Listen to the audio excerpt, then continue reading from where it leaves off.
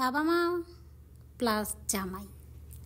বাবা মা একটা মেয়ের জন্য সব কিছু করতে পারে, একটা মেয়ের জন্য কোটি টাকার সম্পদ লিখে দিতে পারে। আর যখন লিখে দেয় তখন বাবা মার চোখে থাকে আনন্দ, মনে থাকে আত্মবিশ্বাস, আর থাকে ভালো লাগা।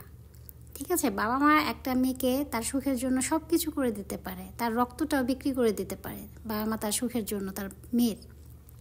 এবং একটা বাবা মা যখন একটা মেয়ের জন্য কিছু করে আনন্দের সাথে করে, তৃপ্তির সাথে করে। আর যখন মেয়েটা সুখে থাকে বাবা মার আর কিছু দরকার পড়ে না। এটাই তাদের জন্য সব থেকে বড় গিফট। আর হাজব্যান্ড, একটা হাজব্যান্ড যখনই তার বউর জন্য কিছু করে, সেটা কোটি টাকার জিনিস না হোক, 1 লাখ টাকার জিনিসই হোক, মনের ভিতরে একটা চাপা কষ্ট রাখে। আহারে 1 লাখ টাকা খরচ হয়ে গেল, ইস অনেক খরচ হয়ে গেল।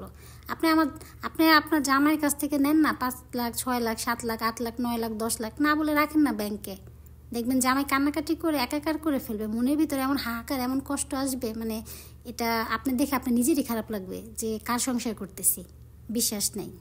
আর আপনার বাবা মার দিকে তাকান না, আপনার বাবা মা আপনাকে কোটি কোটি টাকার সম্পত্তি লিখে দিয়েছে। একবার চিন্তা করেন, এই মেয়ে যদি আমাদের লাত্তি মেরে বের করে দেয়, এই মেয়ে যদি আমাদের খেতে না দেয়, এই মেয়ে যদি আমাদের ঘরে থাকতে না দেয়, তাদের কিন্তু এই ধরনের চিন্তা আসেই না। কারণ ওই যে বিশ্বাস, ওই যে ভালোবাসা।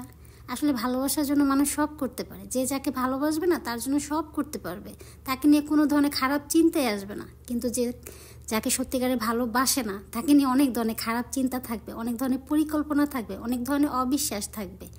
কয়জন হাজব্যান্ডকে দেখেছেন, কতজন কোটিতে কতজনকে দেখেছেন বা লাখে কতজনকে দেখেছেন যে বউয়ের জন্য একটু একটু করে হাজব্যান্ড তিলে তিলে অনেক কিছু তৈরি করে রাখতেছে, যদি তার কিছু হয়ে যায় তার এই আদরের বউটাকে কে দেখে রাখবে? এরকম হাজব্যান্ড কিন্তু নাই।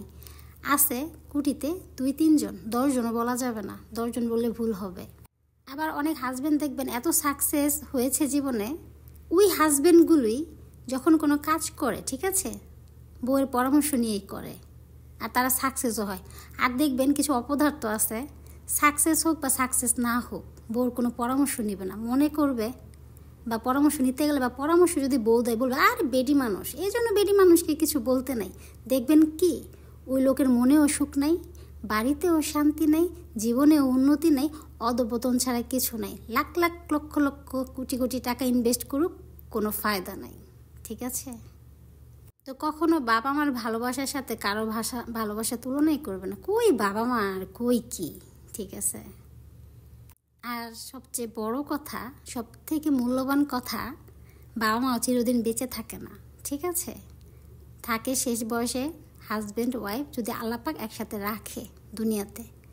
যার স্বামী ভালো, যার স্ত্রী ভালো, ও মাই গড, তার জীবন এই দুনিয়াতেই তো জান্নাত। সেই দুনিয়া কি হবে বলেন?